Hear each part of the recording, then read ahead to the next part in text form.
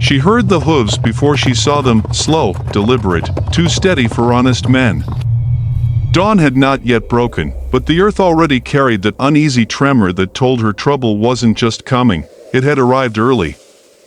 The wind dragged dust along the plain in thin, restless sheets, whispering against her dress, tugging softly at the hem as though urging her to run. But Ada didn't run. Running only made certain men follow faster. She'd learned that long ago. Behind her, the boy breathed too quietly for a child. Jonah never wasted sound unless he meant something by it. His silence pressed against her spine more painfully than any cry would have. "They're coming earlier than they should," she said softly, her eyes fixed on the fading line of night where mist still clung low to the ground. Jonah didn't answer. Didn't even lift his face. His fingers curled tight around something in his palm, something small, something he guarded the way a dying man guards his last warm breath. The fog thickened, moving like a living thing across the plain. Then shapes emerged from inside it, 3 riders, dark silhouettes cut from a world older than dawn. They rode in a triangular formation, not scouting, not searching, but advancing like they already knew her exact position on the earth. The leader raised his chin. He didn't call out immediately. Men like him didn't announce their intentions, they allowed the air to bend under them first. "Ada," he finally said. His voice was calm, steady, too familiar with her name. Jonah stiffened behind her. Ada felt it like a shiver down her spine. The leader's horse shifted, kicking up a soft cloud of dust. "We're only here for the boy," he said. "No need for anything else." Jonah pressed closer to Ada's back. His hand trembled, not from fear, but from the effort of keeping whatever he carried hidden. "You said you wouldn't let them find me," Jonah whispered. "I said I'd try." The leader leaned slightly forward in his saddle. Fog curled over his shoulders like a cloak. "Does he still hold his breath when he's scared?" the man asked softly. "He used to. Thought he'd disappear if he just stayed perfectly still." Ada's jaw locked. He couldn't have known that. Not unless he'd seen Jonah frightened many times. "He doesn't belong to you," she said. The leader's reply was almost gentle. "Everything lost belongs to someone." A gust stirred the fog, swallowing their faces. Jonah tugged at her sleeve. He whispered, "Don't let them near it. They shouldn't touch it. They'll know." Ada glanced at his fist. Still clenched. Still guarding something he had no words for. The leader lowered his reins. "We'll be back by sundown," he said. With patience. A long silence. And with less of it. The fog consumed them again, leaving only the tremble of the earth behind.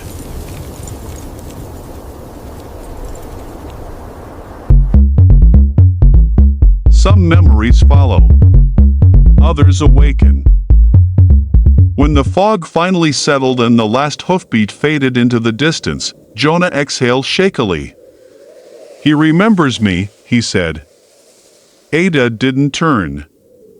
Men like him remember everyone. Jonah shook his head. "No, he remembers me.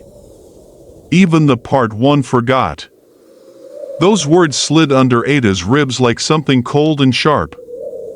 Jonah often spoke as if memory were not something inside him, but something that hunted him through the world. "We need to reach the outpost," she said. "Before they circle back." Jonah didn't argue. He never argued when he felt the riders watching. The trail unfolded ahead of them in a narrow ribbon, winding through brittle shrubs and pale grass that bowed under the early light. Jonah walked close, listening hard to the shifting wind. Every sound made him tense, every bird call, every crackle of dry brush. Ada had seen frightened children.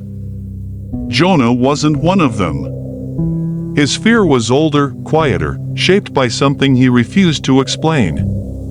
"Jonah," she said gently, "why do they want you?" He didn't answer. He only tightened his fist around the hidden object. The outpost rose from the ground like the skeleton of a forgotten shelter. Leaning posts, broken boards, a lantern still clinging to life in a fractured window frame. Jonah walked inside before Ada could stop him, his steps oddly certain. "Someone used to live here," he whispered. "A long time ago." "No." He touched a beam of wood lightly with his fingertips. "Not long enough." Ada's stomach twisted. A thunder roll echoed across the plains, slow, heavy, patient. Ada peered through a crack in the wall. The riders were back. Not approaching. Not advancing. Just standing in the distance. Watching her. Watching Jonah. Watching the place. Jonah pressed into her side. He said they won't come inside places like this. "Why not?" she asked. Jonah stared at the floorboards. "Because endings make them weaker." Ada's breath faltered. They waited inside the outpost longer than they planned. The air felt dense, pressing against Ada's ribs. Jonah walked the length of the room slowly, dragging his fingers across walls as if reading the grain like a page. "A long time ago, something happened here," he said quietly. "Like what?" He swallowed. "I don't know what to call it. But I can feel it. Like the wood is still remembering the fear." Ada stared at him. "Jonah, wood doesn't remember things." He looked at her with an expression she had never seen on a child's face. "Everything remembers. Just not the way we think." A cold wind pushed through the gaps in the beams. Ada suddenly felt like they were standing inside someone's unfinished story. "We should go," Ada said. Jonah nodded. When they stepped outside, the fog had cleared enough for her to see them again, three dark figures on horseback, perfectly still across the plain. The riders. But now Ada noticed something she hadn't before. They weren't angled toward her. Or Jonah. Or the outpost. They were angled toward the horizon, as if waiting for something else entirely. "Why aren't they moving?" she whispered. Jonah tugged gently at her sleeve. "They're listening." Ada felt her bones go cold. They moved quickly, the outpost shrinking behind them like a mouth closing shut. By the time they reached the settlement outskirts, daylight had fully broken, but it brought no warmth. Normal sounds greeted them, boots on dirt, cattle lowing, the scrape of metal. Yet none of it felt normal to Ada. The world had changed behind them, at the outpost, in the fog. Jonah walked close, eyes darting but not in panic, in calculation. He was noticing patterns. Listening to something Ada could not hear. Sheriff Caldwell stepped out of his office, wiping dust from his hands. He looked at Ada first, then at Jonah, then back at Ada. "You look like someone who's trying not to be found," he said. "Just need a night," Ada replied. His eyes lingered on Jonah's closed fist.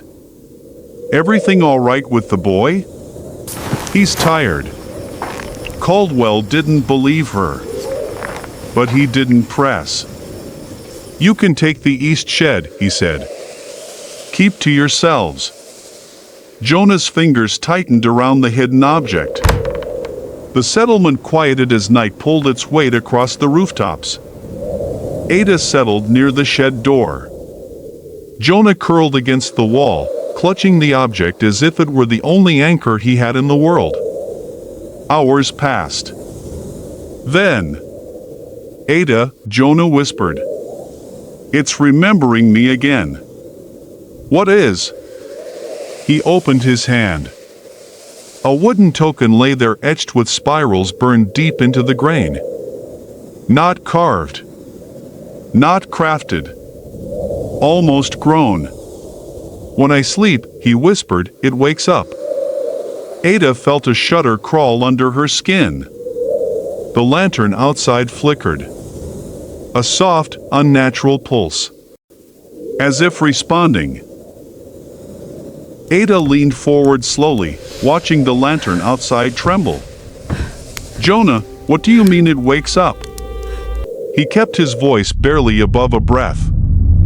"When I sleep, it remembers things. Things I forgot. Or things that weren't mine." Ada's pulse quickened. "What kind of things?" Jonah squeezed the token tight again. "They're not memories like ours. They don't come in pictures. They come in echoes. Like something calling my name from a long distance, but getting closer." Every hair along Ada's arms rose. "And Ada," he whispered, "when I hold it, sometimes the riders move." She froze. "What do you mean move?" "Like they hear something. But not me." A cold pressure settled around them, thick as night fog. A soft thud against the shed wall made Ada jerk upright. Another thud. Soft. Measured. Deliberate. Jonah didn't scream. He didn't hide. He whispered. "They found the memory. Not me." Ada stepped toward the crack in the wall. She shouldn't have looked. But she did. 3 shapes stood beyond the outer fence line. Not moving. Not riding. Standing. Listening. A wind passed between them, and none of their coats shifted. "Ada," Jonah said quietly, "I think I used to be somewhere, before the riders." She turned sharply. "What does that mean?" "I don't remember it right. It's like trying to grab water. But when I hold the token, it gives me pieces. I see a place with tall stones, and voices that sound like mine. And something being carried away. Something that shouldn't have been moved." Ada knelt in front of him. "Jonah, what did they take?" He shook his head violently. "It's not about what they took. It's about what they left behind. And I think it found me first." A chill scraped across Ada's ribs. "What found you?" she whispered. Jonah looked down at his small hand. "The memory." Ada sat back, heart pounding. She had protected Jonah for months, fed him, sheltered him, carried him through harsh plains and colder nights.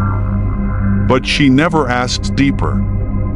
She didn't ask because she saw fear in Jonah's eyes. Real fear. A kind no child should understand. But now she felt something else. Doubt. What if Jonah wasn't only running? What if something was following, drawn to him? She whispered, "Jonah, why did you come to me? Why not someone else?" He hesitated. Then he said something that rearranged the air inside the shed. "Because the memory told me you were the only one who could run faster than it." Ada shook her head. "Jonah, memory doesn't speak." "It does," he said softly. "Just not in words." A faint creak of leather drifted from outside. Ada gasped and looked through the boards again. The riders had shifted. Not toward her. Not toward Jonah. But toward the shed. As though something inside had whispered their names. Jonah clutched the token to his chest. "It's calling them, like it's waking up." Ada grabbed him. "Then we have to move before they do." "No," Jonah said quickly, If we move now, they'll follow the ground. But if we stay, they follow the memory instead. Ada hated how he knew these things. Hated how natural the knowledge seemed to him. A short but terrifying interlude from their perspective. There was no breath inside the riders. No heartbeat. No impatience. No life. They stood rooted in the earth like old, forgotten trees. The night air moved around them, but not through them. The leader lifted his head a fraction. Not toward the shed. Not toward Jonah. But toward the memory drifting from the wooden token. A memory older than language. Older than men. Older than anything that feared the dawn. The other two riders did not speak. They did not need to. The leader's gloved hand tightened on the reins. Leather did not creak. Metal did not clink. Only the silence spoke. A silence that felt like the world was remembering something it wished it had forgotten. Jonah's breathing grew shallow. "They're hearing it," he whispered, shaking. Ada grabbed his shoulders.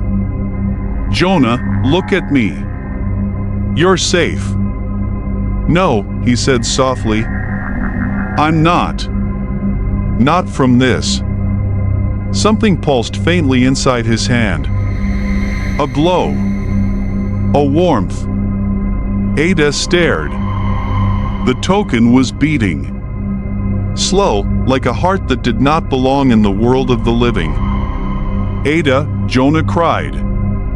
"It remembers something. Something I think I saw. Something I wasn't supposed to." "What is it showing you?" she whispered.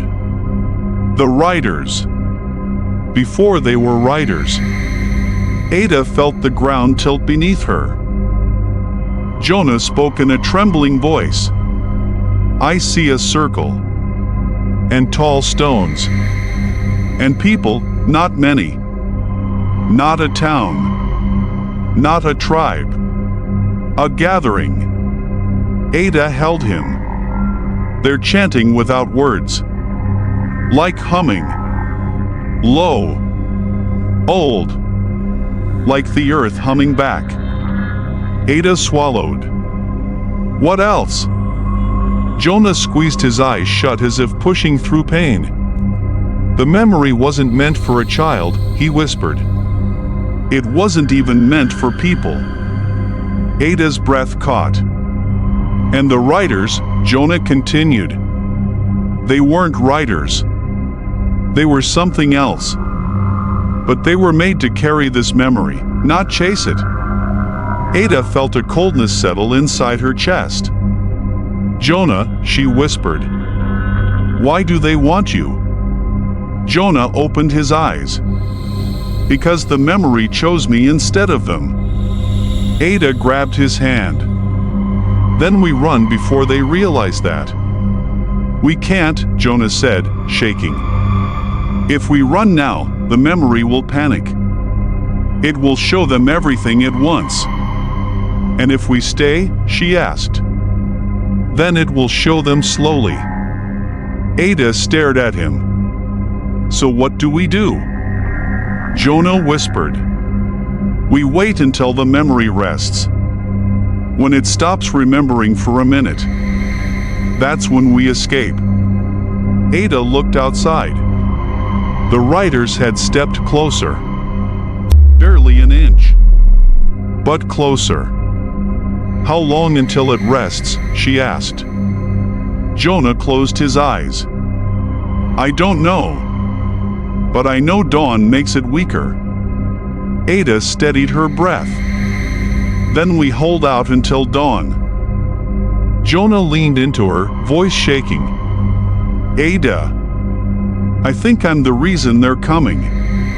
Not because they want me, but because I took something that belonged to them."